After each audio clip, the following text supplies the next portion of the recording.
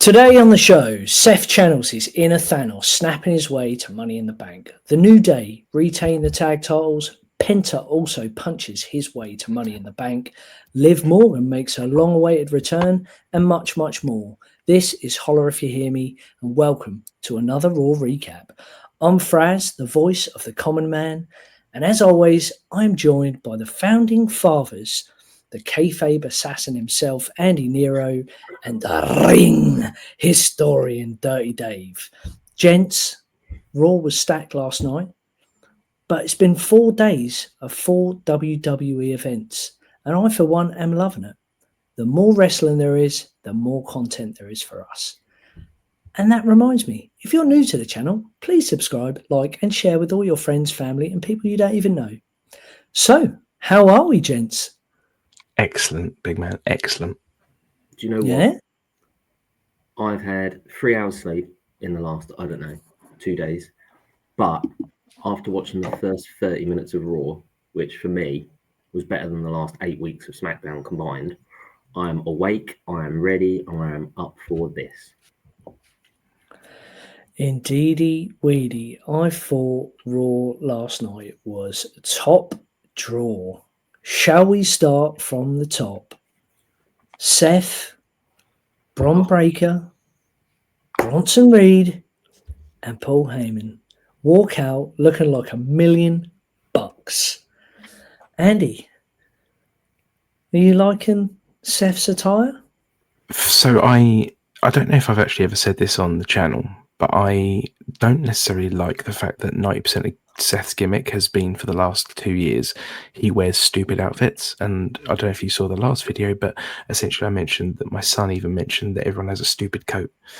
For the first time in about 3 years, last night I actually really, really liked Seth's gimmick. Seth's outfit was on point. I almost was semi-chubbed, nursing a little semi with it. So no, I approve of it. It was a beautiful outfit. Then skin tight trowel with the old little bulge poking out is lovely, and the old burger meat out here, grill. Oh, it's phenomenal. And the Versace glasses. Oh, point. And the white against the black. Oh. I normally get rinsed for liking the Hurly Burly Men, and you're talking about Seth Rollins' bulge. Oh, well, we're Brits. We've obsessed over Alan Shearer's bulge for the last 20 years, so that's what we do, isn't it? If anyone dares challenge you, Andy, on being a wrestling purist and wanting to watch the best product available, they just need to listen to that recap of Seth Rollins. Just to know that you are still actually at heart a sports entertainment fan as well. And maybe something else, but that's for a different podcast. Something that I hope the wife doesn't watch. So Dave, I know you didn't really have time to watch too much of it, but you did check the segment out. How do you think progress in the story? I thought it was fucking fantastic. Heyman was fire. Rollins was great as well, wasn't he? I have to say that the minute the music hit and they all stood in the entranceway, I was like marking out big time. I think I was trying to think about this earlier, and I don't want to brand them as anything other than what they are. But the last time, with the exception of the Bloodline, the last time I looked at like a group and just subconsciously completely believed it was right, but I didn't question any of it at all, was probably Evolution. Triple H was the man. You absolutely knew that Randy Orton was going to be the man. You absolutely knew that Batista was going to be the man, even right at the beginning when they weren't great. And I look at this group now, and it is similar. I just see greatness in all three of them. I just cannot see how they're not going to dominate for the next 10 years. Not as a group, clearly, but, as a trifecta. And that's assuming we don't add any more wrestlers. I don't necessarily think we need to.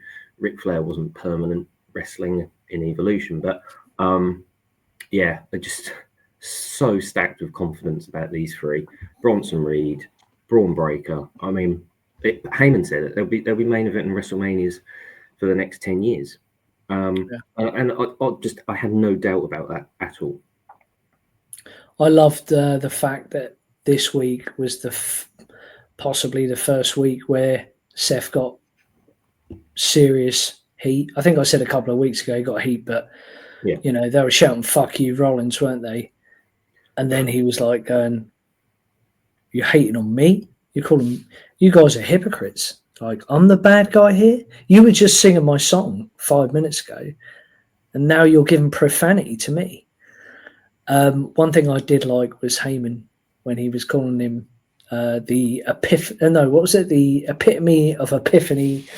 I can't remember. He said some other stuff, and then he said, acknowledge Seth. Yeah, That's right. And even if you look at Seth, watch it back. Seth's almost like, did he just say that? Tell me you didn't just say that. It's very. I mean, I am like, I love Seth. Is my modern day favorite. Obviously, Kurt is the man, but I am loving everything they are doing. Shooting to the moon, shooting to another universe. As far as I'm concerned, I'm all in for it. Brilliant way to start Raw, like you say, night and day compared to SmackDown, which was the reason why I stayed up until 1 a.m. to watch it. It's just like, I was so excited. I'm thinking, is Bronson gonna? Bronson didn't say anything, did he? No. No. Yeah. And I don't think he needed to, did he? That's fine. We've got plenty of time. We've got plenty of time. We just need. My advice to anyone here is to just sit back and enjoy this. And if you don't like them, then enjoy the matches they have with the people you do like. But just enjoy this, because this is going to be a really good ride. A really good ride, because these are 3 guys that can go in the ring in completely different style matches.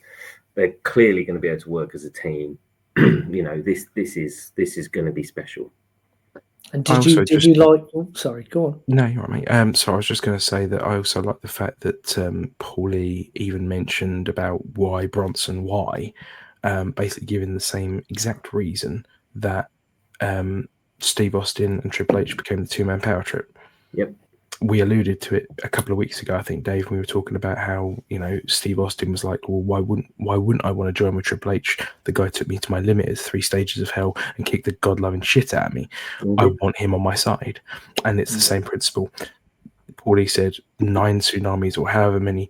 Bronson Reed kicked the absolute dog shit out of Seth Rollins, and Seth's like, this is the guy I want, and it makes sense. Like, you know. And it makes sense on every level. It makes sense. But, you know, if we think far enough down the line for when these 3 break up, there is enough already to make you believe that, you know, Braun could break away, or that Bronson could break away. You know, Braun more mentally manipulated potentially by Rollins. And obviously we know what Bronson can do, and the lengths he'll go to be the man, what he's already done to Seth Rollins. So, you know, this is going to be great.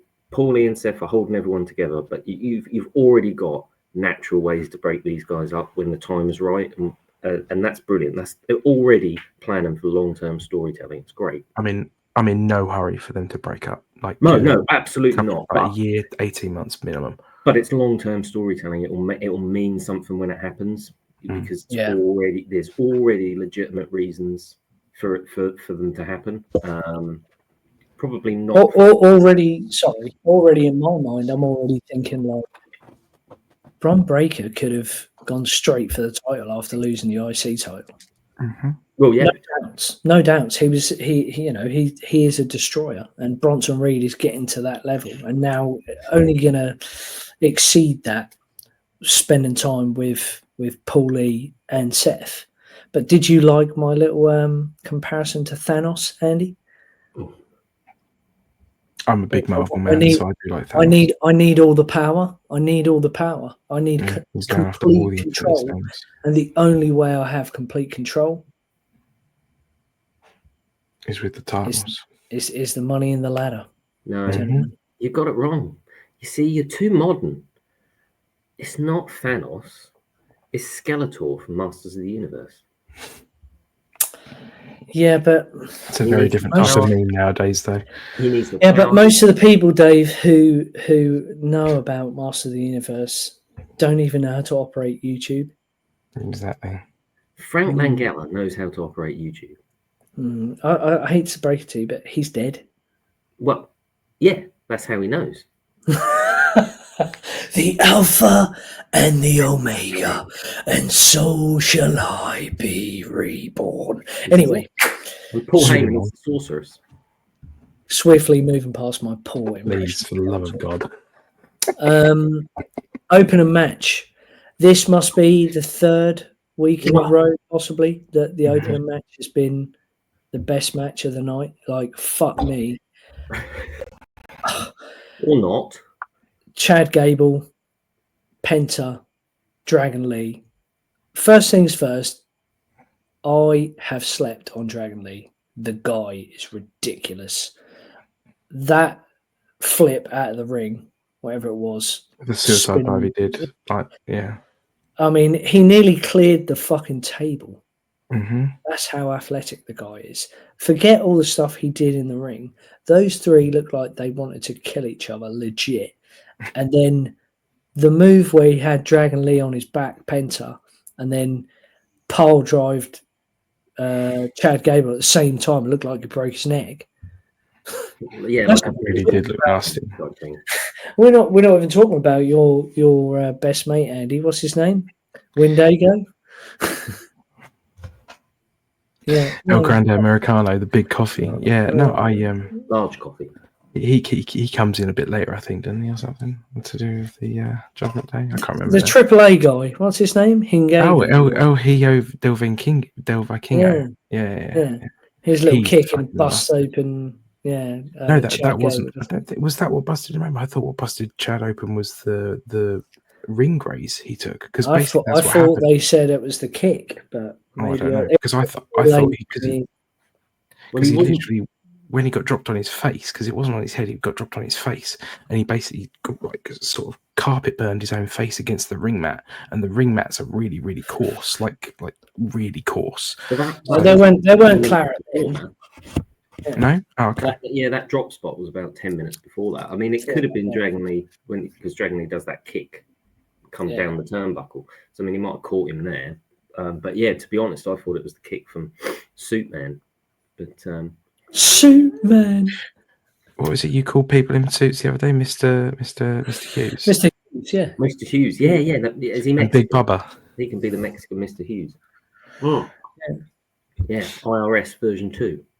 But I was saying to Dave prior to you arriving in the lobby that if Dave Meltzer did reviews for that match, it's just close to a 5 stars you're going to get.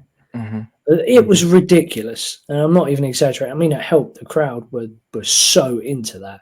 How could you not be? How could you not Yeah. be? You know, that was an incredible opening match, wasn't it? Because he did a German suplex on Penta, but Penta was in the middle of doing something to Dragon Lee as well.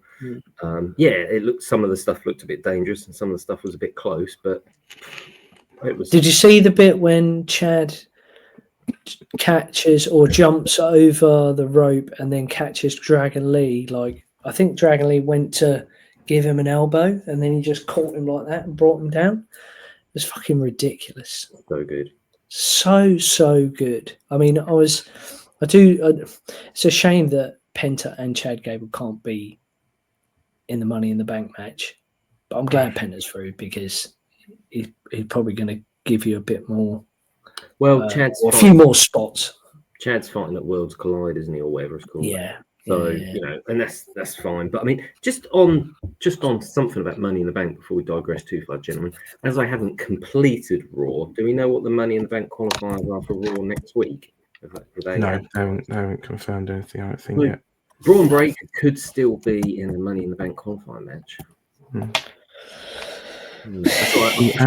I think the only Money in the Bank qualifying matches set up for SmackDown this week so far are Naomi, Cargill, and Jax. No, I've just got a theory. Sorry, Mangill. Beg your pardon. I've just got a theory, but we can talk about that in our prediction show. I think later. I think, to be honest with you, the way I'd like to see them do it is fill all but one spot in each Money in the Bank ladder match, and then give us a pre-show with 2 battle royales with every participant in all of those matches.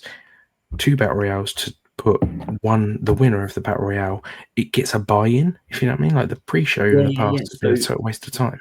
So you could do all the people that were in the qualifying matches that didn't qualify here, like a, I don't know, Money in the Bank Battle Royal, last man standing qualifying match. Yep. Yeah, that'd be cool. And then you can get people like either, I don't know if Liv's going to be in it, but you could get people like Charlotte in. I mean, Charlotte's probably going to be in it somehow anyway. But you could get people like Chelsea. You can get people like Sammy. You can get people like Finn. It gets them on the card, even in the pre-show, but it gives them a reason to be there, and also builds that anticipation. And gives Chad an opportunity to get in as well. You could even do the Battle Royal right before the match. So the winner of the Battle Royal, they literally pretty much go then straight into the Money in the Bank match. I think you have to do it in the pre-show because I think you want the buy-in. Like, I know people are going to either buy or they're not. Yeah, they're either going to watch or they're not. But if you're going to do it in the pre-show, I mean, I don't want to say take a leaf out of AEW's book, but AEW tend to do a Battle Royale in the pre-show. And it's normally a really, really good Battle Royale. And it's sort of like here's everyone that you might want to see in fast-paced action that's not on the card, but in a good match. And this is the sort of action you would expect from AEW. And they're normally good. They normally put the Casino Battle Royale or whatever that is on Double or Nothing and so forth. But yeah, I mean, that's them. If they did something similar for Money in the Bank, I wouldn't be adverse to it. Yeah, no, I like that idea. Yeah. So, Liv Morgan, she's back. Oh, she's back, looking better than ever. Oh. And that was shortly after the opening match where Roxy is trying to feed Dom chicken nuggies and rub his shoulders, and then she turns up, doesn't she? And the best part about that whole segment was Liv walking off saying, "Raquel's told me everything I need to know," and Finn Balor is there laughing his little pig part. Yeah. Well, and Carlito talking about yeah. Well, after that, of course, came the Rusev match, didn't it? Yeah. Rusev match. Yeah, we're talking about law of diminishing returns already in this Raw recap, and I will say, like, Raw have nailed their openings at the minute in terms of their promos and their matches. The thing is, after that, it takes a massive dip down, or has done recently, and it certainly did last night. Well, in your opinion, I did say to Dave, I thought your messages in the group chat today were a little bit, if you thought that the sound going out in one of the promos and some of the matches were poor, that's not what I took away from it. I mean, Rusev squashing Tozawa was always going to happen, and that is just a means. Yeah, that is a means to them getting to the Sheamus feud, which, whether we've seen it or not, is going to be quality. Hang on. And the fact that he came out in a Liverpool jacket as well. My Liverpool jacket. Are we jumping the gun here, people? Is it going to be a feud or is it going to be a team? I did wonder the same. They looked like there was. I was like, it looked as though they were going to hug at one point. I was like, yeah, go on, get the League of Nations back together. Well, I wouldn't go that far, but something. I don't know. I don't know. I don't see why not. Rusev hasn't really done anything particularly heelish. I mean, he's beaten up a fat bloke and a Japanese guy. Is that really that heelish? If anything, Sheamus needs support and help. Yeah. And I don't really want to see Sheamus go into another feud that he loses again. Well, if they're faces, then yeah. But we already discussed probably 2 weeks ago that there is a lack of good guys on both brands that are worth their salt. There's a lot of heels at the moment, especially if Sammy, for example, turns heel. You've got Logan Paul, you've got Gunther, you've got Seth's faction, you've got Rusev, who's kind of playing the heel at the moment. But I am happy that Sheamus is in the Rusev picture, and I thought it. Definitely better to be in the mix than not, for sure. Yeah, 100%. It's better than fighting Grayson Waller and Austin Theory every week. Well, again, we're going to get a face out of that soon as well, aren't we? So, yeah. Exactly. Exactly, which led us on to the match that Andy did not particularly like, tag match. Andy, what didn't you like about it, dude? I didn't dislike it. It was a good match. It's just, I was wanting. I think I didn't like it as much because I didn't get the outcome I wanted. Which the outcome I want is the Creed brothers. I want the Creed brothers to get all of the belts. I think they are fan-fucking-tastic.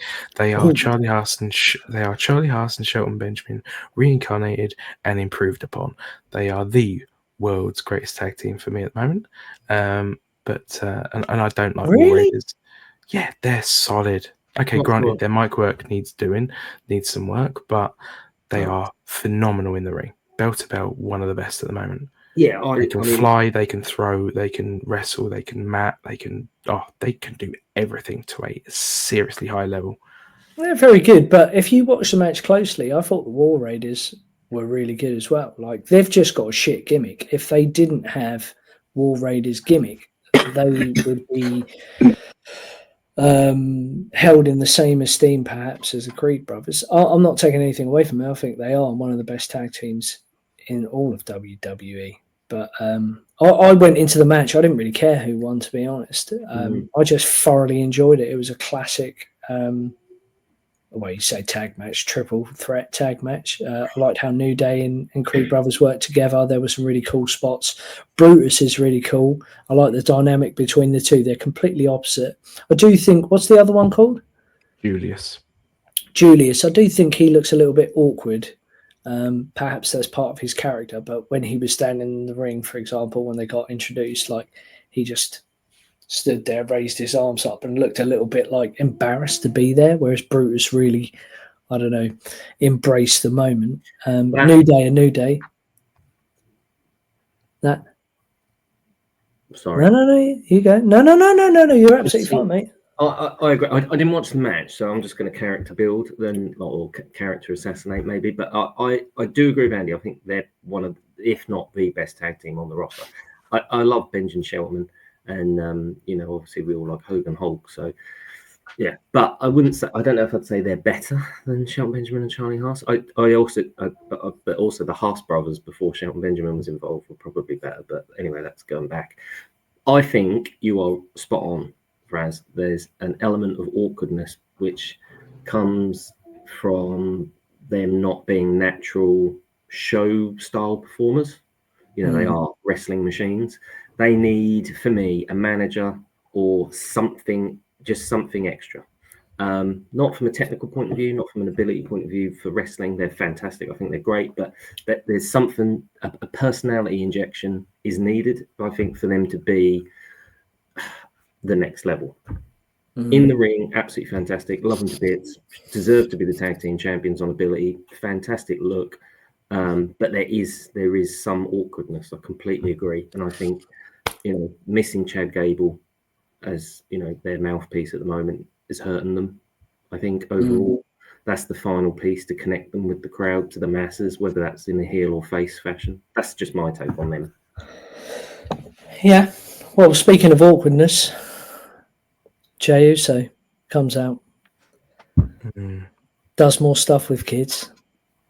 Really cool entrance. I think they did it. They stopped his music and restarted again. Michael Cole was funny. He was actually for change. 1, 2, 3, 4, yeet. 1, 2, 3, 4, yeet. That's what he kept saying. And I did think that Pat McAfee was a bit of a knob this week. Segue. But yeah, Jay gets in the ring, starts to speak, and then Gunther comes out. Gunther cuts the best promo you'll ever hear because he is the best mic worker. According to the kayfabe assassin, as I've now entitled Emmy. And then Jay... Sorry? Does he ramble on like Bret Hart apparently does? Incoherent. No, I thought he was short and sharp and to the point. He was short and sharp. It was a bit like... what was that thing that Brock Lesnar used to do? Sleep, eat, fucking suplex, repeat, or whatever. Yeah. He does that. I mean, Gunther's promos are very much, German. I am the champion. I have been the champion for almost a year. this is why I care about this. Jay, you are nothing. I can see what you are trying to do. I don't know why I sound like my dad, but and then Jey Uso tries to retort, and I think you might have said it, Andy. Yeah, he just forgot what he was going to say. And he's like, I'm doing this for their support, and it's like, why are you acknowledging the crowd in this situation? That's not why you're doing it. You're doing it because you love this business and you want to be the champion. That's your motivation. Yeah. You're not doing it because of the fucking kids. Just because you like kids, which has nothing to do with it. No, I didn't rate it. It was very, very poor. And then he was looking for the out and just said, I'm going to tap you out. What was it? 4 letters, 1 word. Yeet. End of promo. And it's just kind of like, I love that Jay is involved in a few different storylines at the moment and definitely carrying the company on his back as a world champion should do. But maybe it's a bit step too much for him, or he just needs to get better. He just needs to get better at talking on the mic. I think he can. I don't think that's the problem. I think he's just got to believe in what he's talking about. And it was obviously, not saying word for word as fed to him, but if that's the way they wanted the promo to go, it's not a natural Jey Uso promo, like Andy says. He's so over with the crowd anyway. I don't know why he would need to say that. Very strange. But yeah, watch it. Watch the promo. It genuinely seems like he forgets what he's supposed to say. Yeah, he gets caught up in the moment, and it just came off a little bit like. Well, do you know what? When people before the Mania match, and everyone was hating on the fact that Jay's in a title match with Gunther and it's not going to be great. It kind of brought me back to that kind of feeling. Whereas, obviously, we know what happened. Gunther destroyed Jimmy, and everyone was hyped for it. And then Jay came back and cut that awesome promo the next week on Raw. Mm-hmm. There was no yeeting. It was proper serious. I'm going to kick your fucking ass, for the family, for my brother. Had a half decent match at Mania, and since then has been on fire. But just last night was particularly poor. And all the other segments he's been in, like there was a backstage skit with Sammy. He was really good with that. Hyping Sammy up when he's saying, look, you can do this, and if there's any funny business with Seth and Bronson and Bron, I've got your back. Done the little handshake. There was another bit with Karrion Kross and Sammy, wasn't there, straight after this, possibly. Karrion Kross's reaction was about as loud as anything else on the show. This guy needs TV time so badly.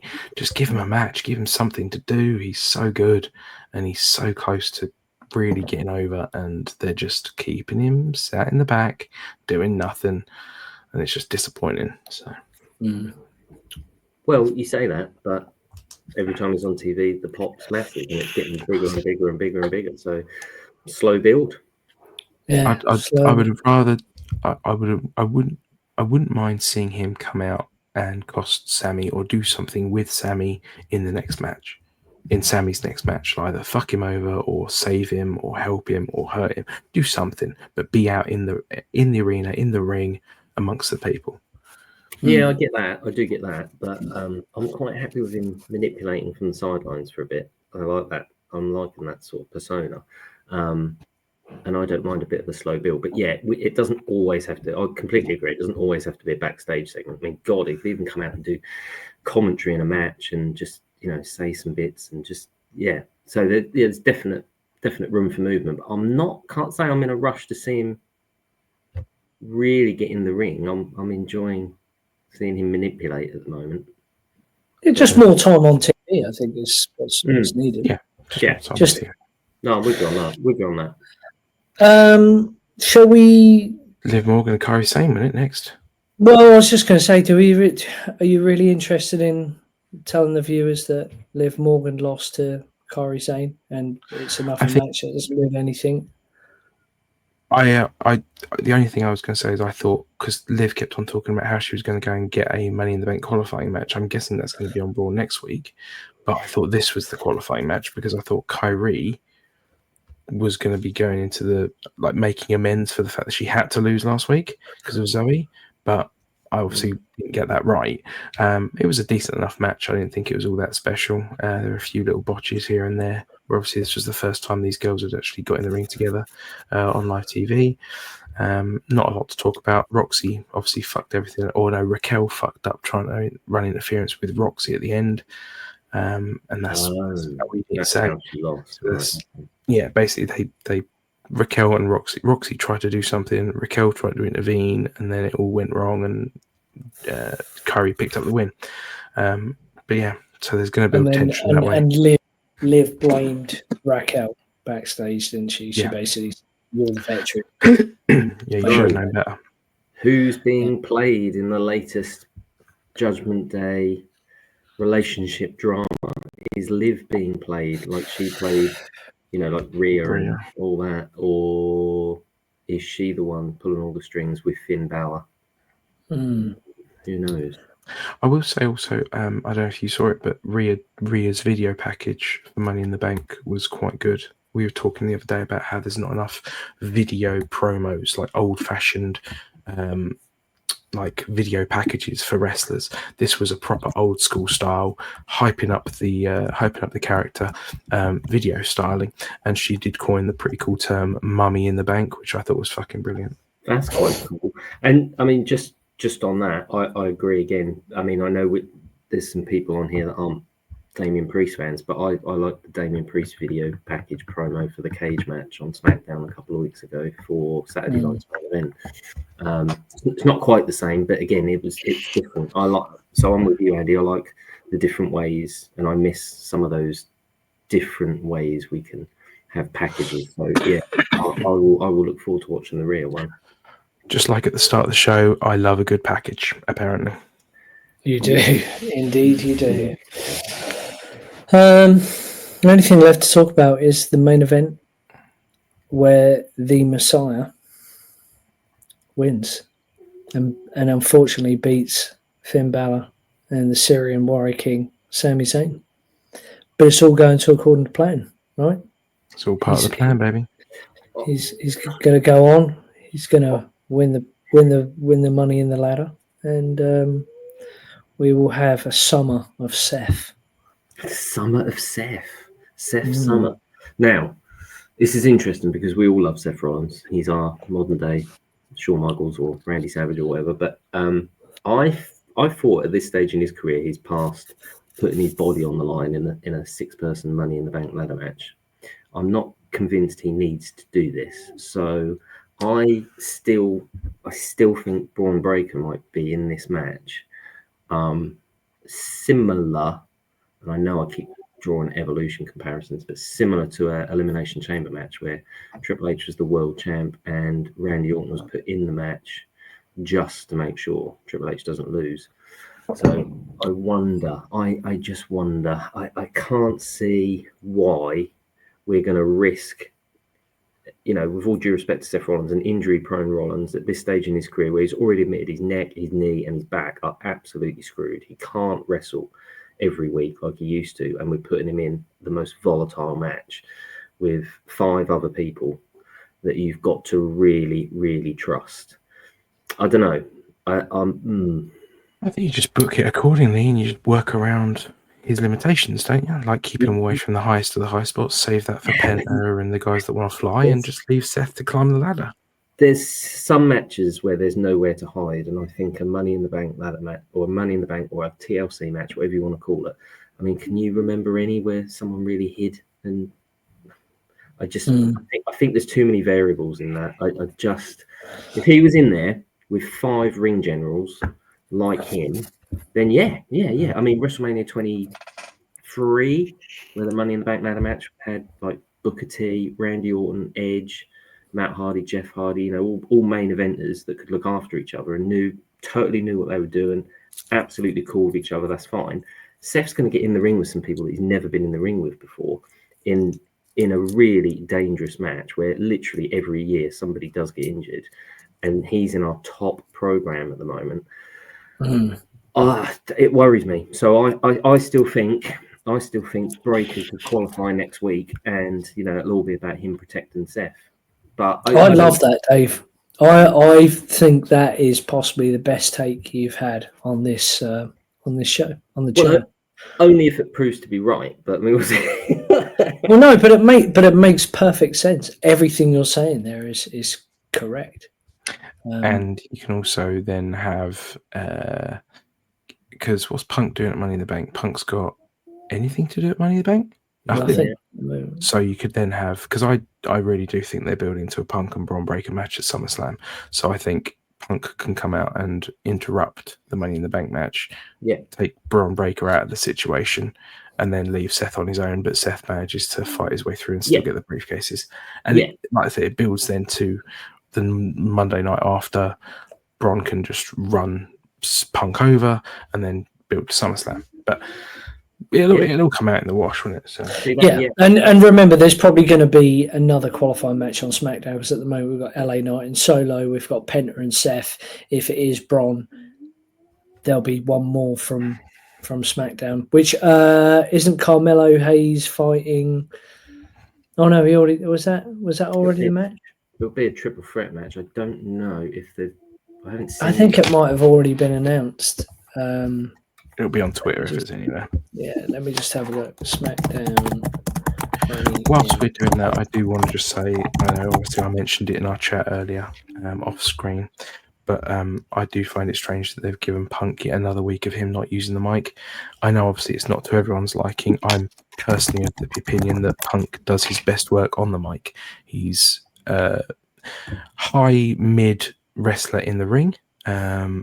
Not the greatest of all time in the ring, but in terms of being on the mic, he is top 3 for me of all time on the mic. And if you're having this guy do nothing with a microphone week in and week out, it's just a bit of a strange decision. But like the counter argument I think was said earlier, is what can he say? What is there to say? He's out there to support the big players in the situation that's there. Jay, Sammy, he's there to support these guys, and he is, but he still should have a mic. I just as I said to you earlier today, there's no reason for Punk to come out on the mic. I quite liked his hit and run at the end of Raw, and the same as was it last week on Raw as well. Did the same thing. Did the same thing. There's nothing for him to say unless he's sort of going to say, "Oh well, actually, I've got my mate Roman Reigns who's coming back, and we're going to, take on your faction." Other than what they said last week on Raw, which was Punk coming out and saying he was really pissed off, and then Rollins essentially calls him a hypocrite, or maybe that was 2 weeks ago. There's not a great deal for him to say. I would say he can afford to be beaten down a bit more before he comes back and does a big promo about not wanting to be a victim anymore, or he's not going to allow that to happen anymore, and then goes off on a bit of a mic bomb, and then just to really build the fire up to that SummerSlam match. So I'm all right. I'm all right for a bit, but I'm with Andy. I'm starting to think, okay, we are missing a bit of Punk, but let's, again, I'm okay with slow builds at the moment. But is there any confirmation on SmackDown's? I can't find it. I'm on the WWE website, and there is. I can just find the results. Okay. You know that as a 42-year-old half Syrian man, it's difficult for me to understand the English language. But yes, so overall, I thought Raw was a fantastic show. Again, I'll say again, night and day over SmackDown. It's not to say that SmackDown is complete gutter at the moment, but you just, like, as I say, I'm not staying up till 1 a.m. to watch SmackDown on a school night. On a school night, no. I'm with you on that one. I'm very much looking forward to finishing the broadcast. I apologise to everybody that I couldn't get that finished before we recorded. Sorry, but I still managed to stick my nose in quite a bit, didn't I? So everyone should be happy with that. So one more week, and then one more week of Raw, and then we have Money in the Ladder, and then after that, the following, 2 nights later, Raw is Jay and Gunther, isn't it? Mm-hmm. Should be good. So already looking forward to the next couple of weeks of Raw. But yeah, thank you, ladies and gentlemen, for those that tuned in and made it this far into the video. Again, if you can share this with your friends, family, people you don't know, like, subscribe. Myself, the Kayfabe Assassin, and the Ring Historian. We'll see you next time. Thank you. See you there.